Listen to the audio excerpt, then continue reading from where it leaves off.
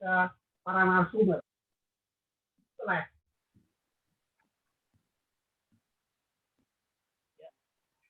Terima kasih Pak Mardi.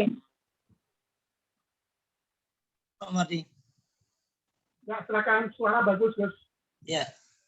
Terima kasih kepada moderator atas waktunya dan juga kepada semua narasumber yang sangat luar biasa yang telah membuka wacana hasanah pemikiran kita, siapa itu Taliban dan apa bedanya Taliban dengan para kelompok-kelompok radikal yang lainnya. Kesimpulan yang dapat kita ambil bahwasanya Taliban ini adalah kelompok sifatnya bukan yang go internasional, tetapi kelompok yang sifatnya regional yang ada di Afghanistan itu sendiri. Sehingga rasa kecemasan ataupun kewaspadaan ini memang perlu ada ya, waspada. Tetapi jangan terlalu waspada ataupun jangan terlalu takut. Karena apapun kalau terlalu itu kurang baik. Tetapi bukan perkara apa yang telah disampaikan oleh narasumber tadi, terlebih-lebih oleh Ustadz Bahtiar Nasir, yang memang beliaunya ini pernah bertahun-tahun berada, tinggal, dan berperang selaku kelompok eks-teroris JI internasional ini pernah berada dan ada di Afghanistan tersebut. Taliban berbeda dengan ISIS.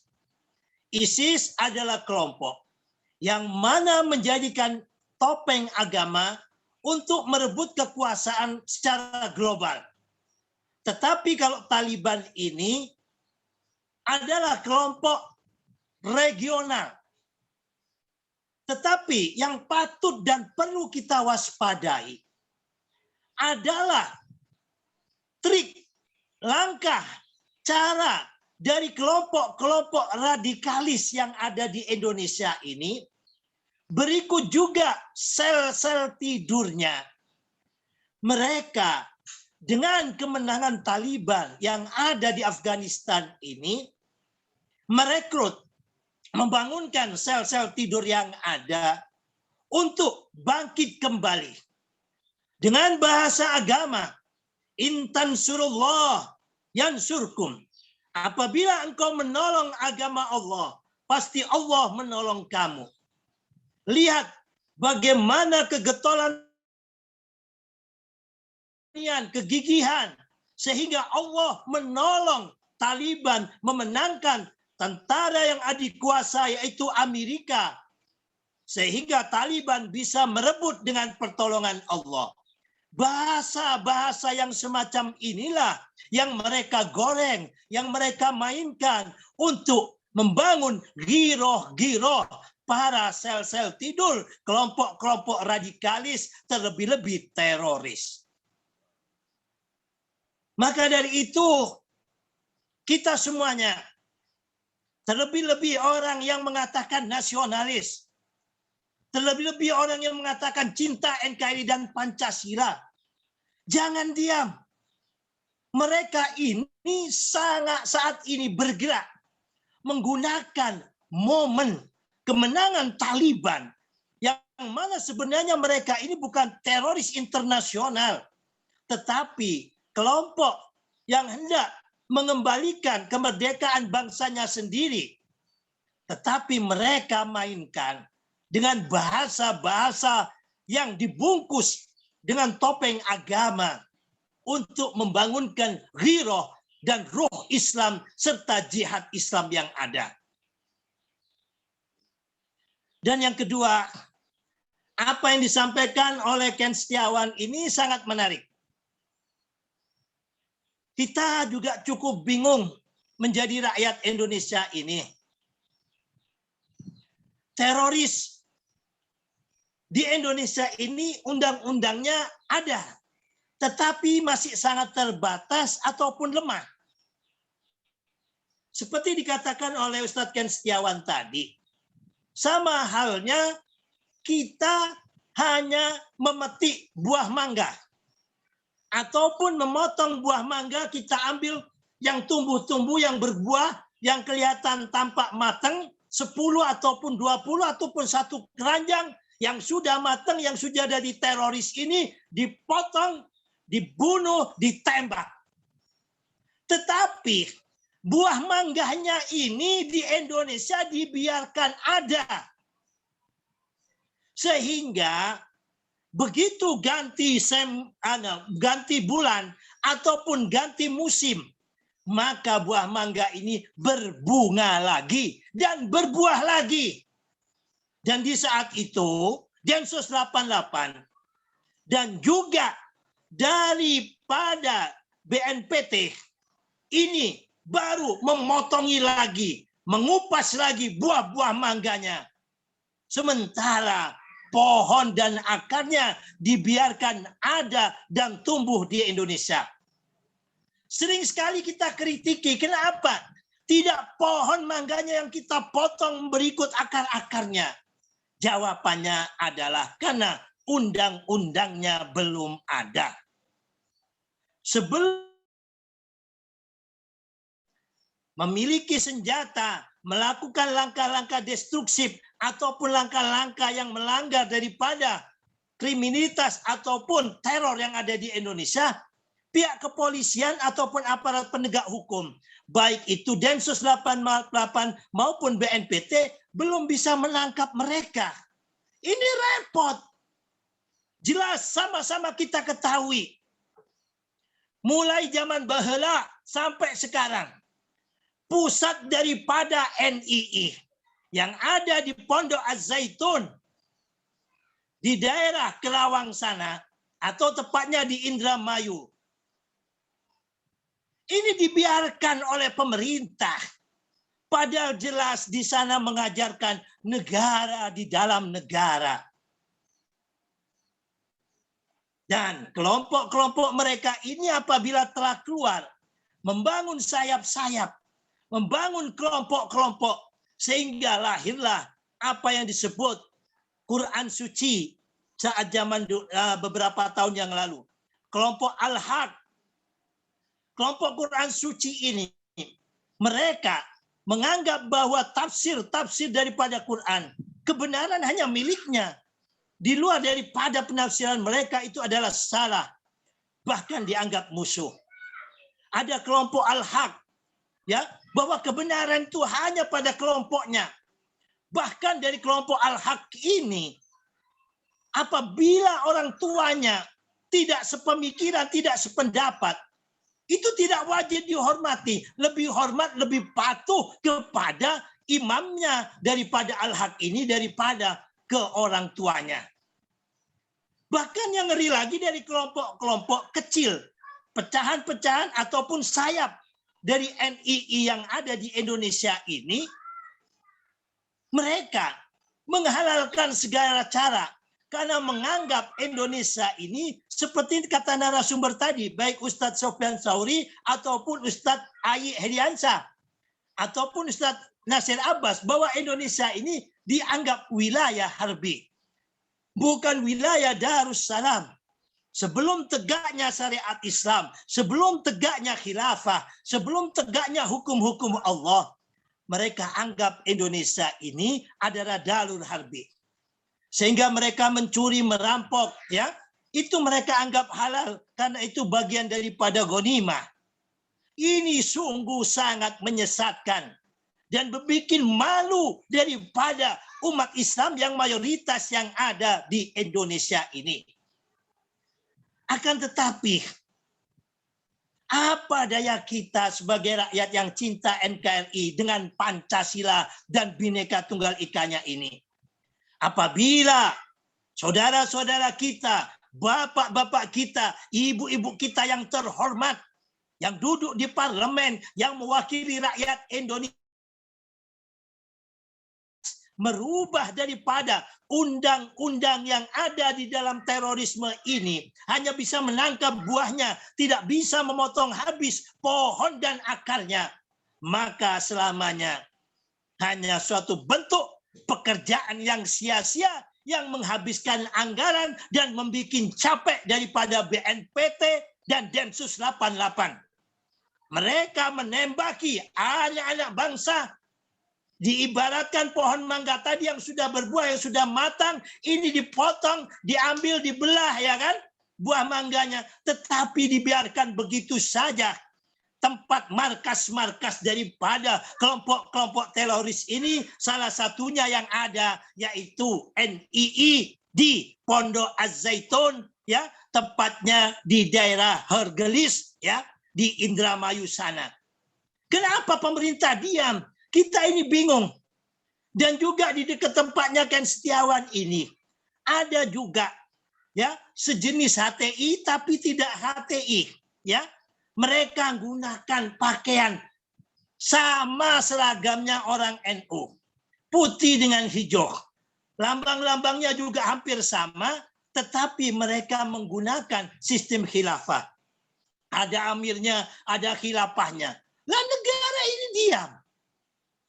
Harapan kita agar bangsa dan negara ini tidak menjadi cerita bahwa kita dulu pernah jaya, punya kerajaan yang hebat, yang luar biasa, bisa menguasai sampai Madagaskar, yaitu kerajaan Sriwijaya. Di mana sekarang itu? Tidak ada, yang ada hanya cerita dan dongeng. Begitu juga kita dulu pernah punya panglima yang gagah perkasa yang bernama Mahapati Gajah Mada. Dengan kerajaan Brawijayanya menguasai hampir di seluruh Nusantara. Bahkan sampai ke Poso, sampai ke mana itu, ke Filipina, juga ke Madagaskar, sampai di daerah-daerah dataran-dataran Vietnam sana. Tetapi itu semuanya tinggal cerita. Bangsa ini sesungguhnya bangsa yang sangat patuh. Bangsa yang sangat penuh dengan kearifan lokal. Bangsa yang penuh dengan kesantunan. Kuncinya satu, hukum ditegakkan setegak-tegaknya. Coba kita lihat bagaimana katanya hebatnya Abu Bakar Ba'asyir. Begitu ditangkap, tidak ada perlawanan. Orang benar-benar takut. Yang katanya imam besar, yang katanya Habib, yang katanya punya peran. Tapi begitu hukum ditegakkan, itu bentuk pergolakan yang berarti. Nah, di sini kesimpulannya apa? Mari kita belajar dari kebangkitan kelompok-kelompok yang bisa dikatakan radikalis, bahkan mendekati kepada teroris, yaitu kelompok-kelompok Taliban ini yang menang di Afghanistan. Bagaimana jangan sampai Indonesia ini dengan kelompok yang sangat minor di bawah minor, tetapi mereka terus bergeria, terus bergerak. Apalagi kata Ustadz Heriansyah tadi, bagaimana cara langkah yang dilakukan oleh kelompok HTI. Mereka tidak membuat militer, tapi cuci otak daripada kelompok-kelompok apa? Tolabun Nusrah ini. Cuci otak jenderal, cuci otak polisi, cuci otak kelompok-kelompok angkatan darat, laut, dan udara. Agar bisa memiliki pemahaman seperti mereka. Sehingga mereka seperti silat tai chi, pinjam tenaga negara, digulingkanlah dengan Ikhwanul Muslimin ini kekuatan presiden.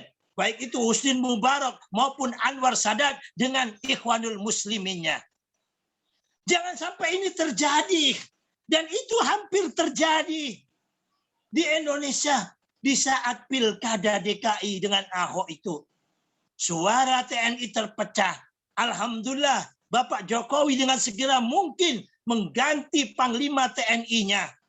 Dan saat ini Panglima yang kita harapkan seharusnya bisa menjadi hasanah baik pemikiran, suri toladan, dan lain sebagainya untuk bangsa dan negara ini. Karena telah dibiayai, dididik, disekolahkan sampai jadi jenderal. Bukannya menjadi suatu bentuk bunga dan mahkota bangsa ini justru sering nyinyirin pemerintah yang sah. Ini salah satu seperti apa yang disampaikan oleh Ustadz Aliansa tadi, mencuci otak para elit-elit militer kita untuk melawan pada bangsanya sendiri. Harapan besar kami melalui webinar ini, mudah-mudahan apa yang kami sampaikan dan juga para narasumber semuanya didengarkan oleh para pemangku jabatan yang ada. Ayo Pak, jangan takut negara kita ini dicap diktator. Jangan takut negara kita ini dicap apa? Keras dan lain sebagainya. Ingat, Islam sendiri juga mengajarkan inna fil qisasi la hayatun ya ulil albab. Kalau Gus boleh pinjam istilah yang ada dalam Al-Quran. Inna fil qisasi, sesungguhnya hai Muhammad, dengan hukum kisos ini sampaikan kepada umatmu. La hayatun ya ulil albab, karena aku Allah yang mau berpikir. Quran sendiri ada waktunya, ada saatnya melakukan langkah-langkah yang taktis dan diktator. Saat itu, di zaman Nabi Muhammad dulu, nyawa ini tidak ada harganya.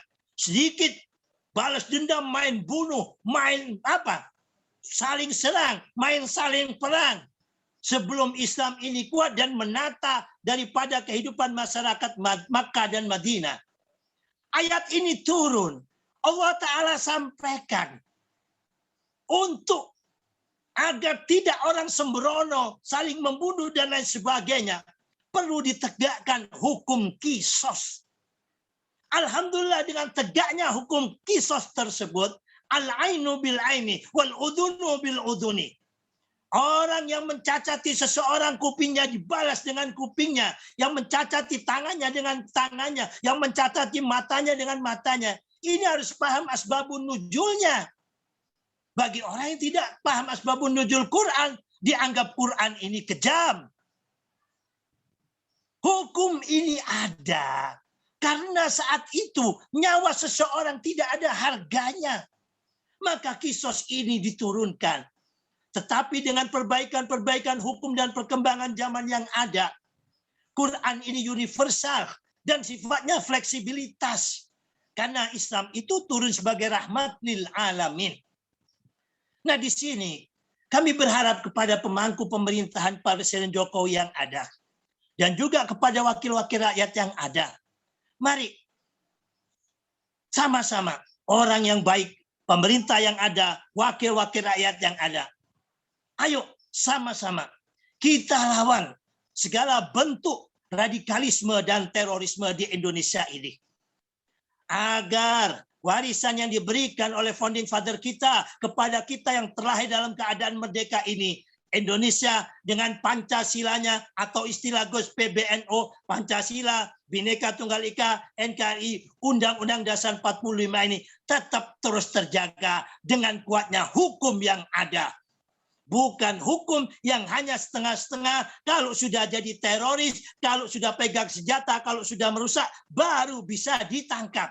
Tetapi bagaimana markas-markas yang ada ini, sel-sel yang ada, kalau memang sudah menjurus kepada ujaran kebencian, memfitnah, mengadu domba, menjelek-jelekkan pemerintah, menganggap Pancasila ini togut, tidak usah menunggu laporan.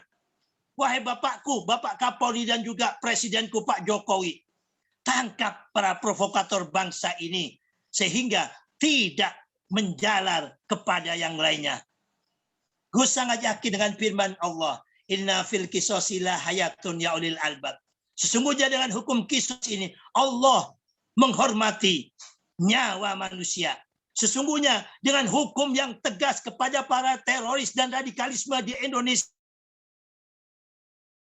tidak akan ada yang coba-coba berani menjadi teroris dan radikalis di Indonesia ini.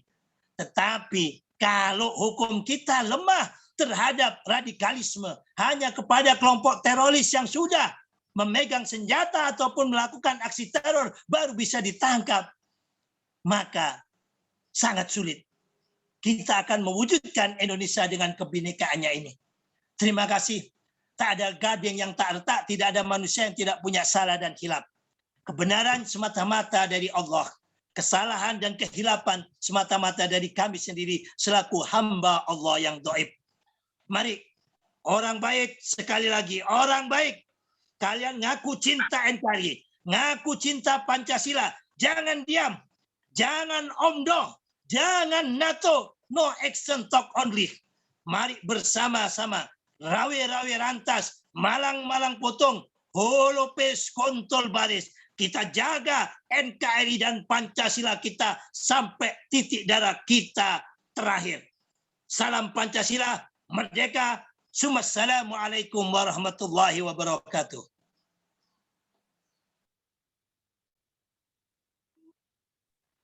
Waalaikumsalam warahmatullahi wabarakatuh. Mantap, Gus.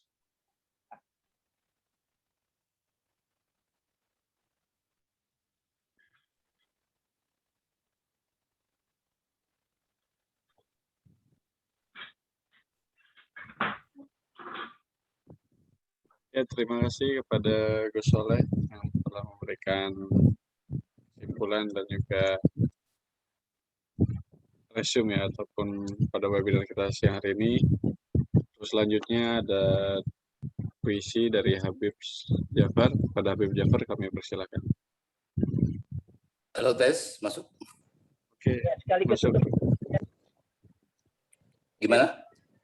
Ya, Tutup dong. Ya, tadi nggak disuruh masuk. ya. Oke, bismillahirrahmanirrahim. Assalamualaikum warahmatullahi wabarakatuh. Puisi tentang kondisi fenomena Afghanistan saat ini.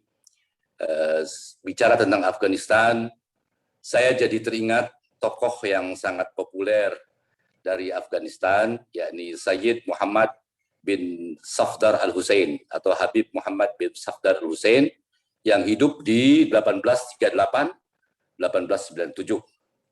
Nah, beliau ini dikenal sebagai Sayyid Jamaluddin al-Afghani atau Jamal As-Sadduddin, lahir di desa As-Sadat dekat Hamadan, Iran. Terdapat sumber lain mengatakan bahwa As-Sadat itu sebenarnya lahir di As-Sabadad, daerah provinsi Kunar di Afghanistan. Afghani merupakan aktivis politik, nasionalis Islam, pencetus perintis Islamisme dan pan-Islamisme. Dia digambar kaum muslim terhadap dominasi politik barat dibandingkan masalah teologi yang dituangkan dalam majalah Al-Urwatul Wuthqa ketika beliau dibuang dari Mesir ke Prancis. Jamaluddin al-Afghani berusaha memecah tembok eksklusif kaum muslimin dan membawa mereka memasuki dunia yang lebih inklusif, lebih terbuka. Afghani tetap optimis meskipun menghadapi realitas adanya kemajemukan bangsa, budaya, dan agama.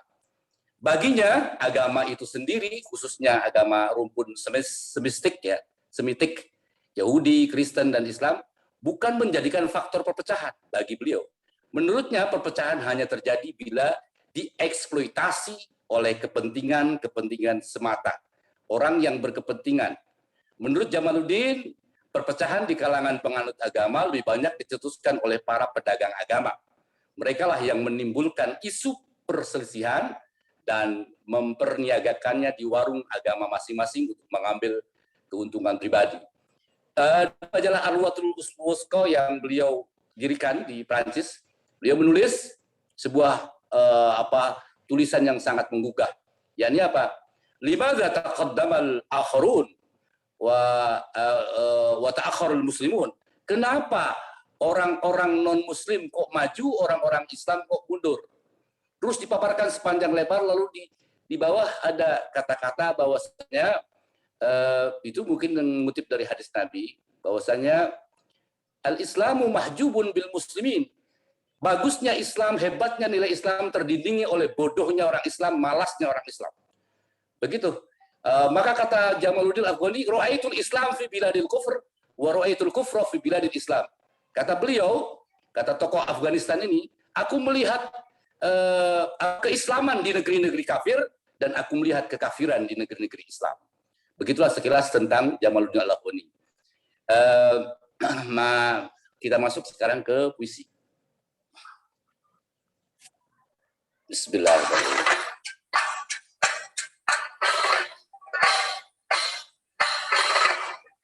Fakulama karatan wa faku baru kilatan.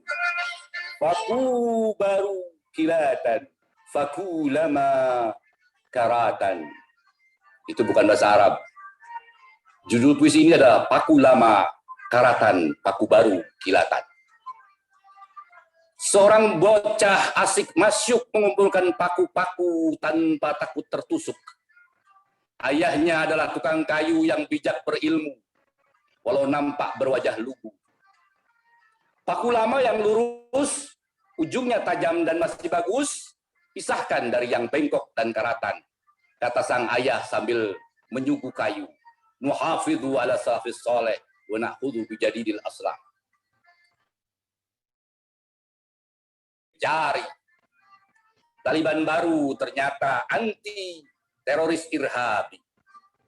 Pak, di depan ada tamu, kata sang anak takut dan ragu. Sambutlah dan jangan lihat baju. Jangan tertipu jilid buku. Siapa tahu mereka ingin belajar dari kita bagaimana tukang kayu bekerja dengan cinta. Pak, bagaimana bekerja dengan cinta? Nah, tinggalkan kebiasaan lama yang buruk. Mengapa harus selalu saling seruduk, saling tubruk, sementara kita bukan makhluk yang bertanduk? La dororo, wala diroro, wala takun jedar-jedor. Mengapa harus cari pamor dengan menteror-teror? Mengapa pula harus kendor saat ada yang menteror? Homoni lupus, nafsu dengus untuk membuat yang lain kal ihdil manfus, adalah konsep usang yang harus dihapus dari kampus-kampus. Hidup bukan hanya siapa menggunakan siapa, hingga saling memangsa. Siapa yang dirangkul, siapa yang dipukul. Hidup adalah siapa menyapa cinta, sebab cinta telah lama menyapa hidup. Anakku, lanjut sang ayah, jangan terkecoh oleh celoteh seloroh para pecundang yang tawarkan bimbang. Ekstremis teroris yang mulutnya bau amis kini telah jatuh ke jurang pesimis. Beberapa tarian mereka tak lagi digubris.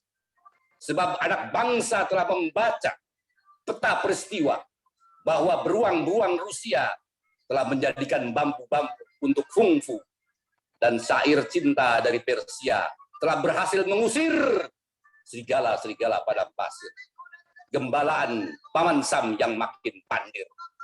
Serigala-serigala padang pasir itu lari kotak-kotak meninggalkan negeri yang telah lama didera luka perang saudara.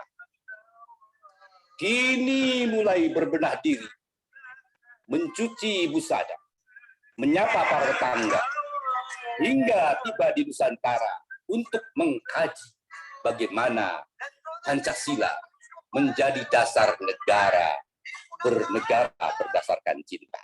Demikian, Gus. Mari kita sama-sama berdoa. Bismillahirrahmanirrahim. Allahumma salli ala Muhammad wa ali Muhammad. Ya Nur, Ya Qudus, Ya Nurul Mustawhishina fi Zulam, Ya Man la yu'allam, adrikna binuril mahabbati wal ilam. Duhai Maha Cinta, kami adalah ciptaan-Mu yang lemah. Kami kalah oleh emosional dan hawa nafsu yang membuncah, sehingga nilai kemanusiaan berubah menjadi sifat kebinatang yang rakus, menjarah, serta menjajah. Maka kami mohon,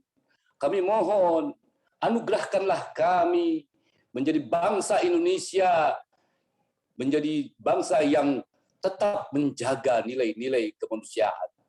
Bimbinglah kami dalam membimbing generasi Jangan sampai mereka terkontaminasi kalangan intoleran dan teroris. Bimbinglah generasi kami agar tetap cinta terhadap NKRI, agar negeri kami tetap mencintaimu dengan mencintai segala manifestasimu. Amin ya rabbal alamin. Alhamdulillahirabbil alamin. Sekian, terima kasih. Assalamualaikum warahmatullahi wabarakatuh. Sampai batuk. Waalaikumsalam warahmatullahi wabarakatuh. Terima kasih pada Habib Jafar Shadiq yang telah membacakan puisi dan juga membacakan ataupun memimpin doa penutup untuk webinar kita pada hari ini. Saya mewakili dari tim Agama Cinta memohon maaf yang sebesar-besarnya apabila ada salah-salah kata baik yang disengaja maupun yang tidak disengaja sehingga membuat hati para hadirin menjadi kurang berkenan. Jangan lupa bahwa webinar kita direkam dan nantinya akan diupload di channel YouTube kita Agama Cinta Official. Jadi setelah nanti diupload jangan lupa untuk klik like dan juga share sebanyak-banyaknya agar webinar kita lebih banyak memberikan manfaat kepada yang lainnya. Terima kasih. Jangan lupa untuk cek juga Facebook kita Sekjen Agama Cinta Official karena akan diupload sertifikat di Sekjen Agama Cinta. Terima kasih. Wallahul muwaffiq.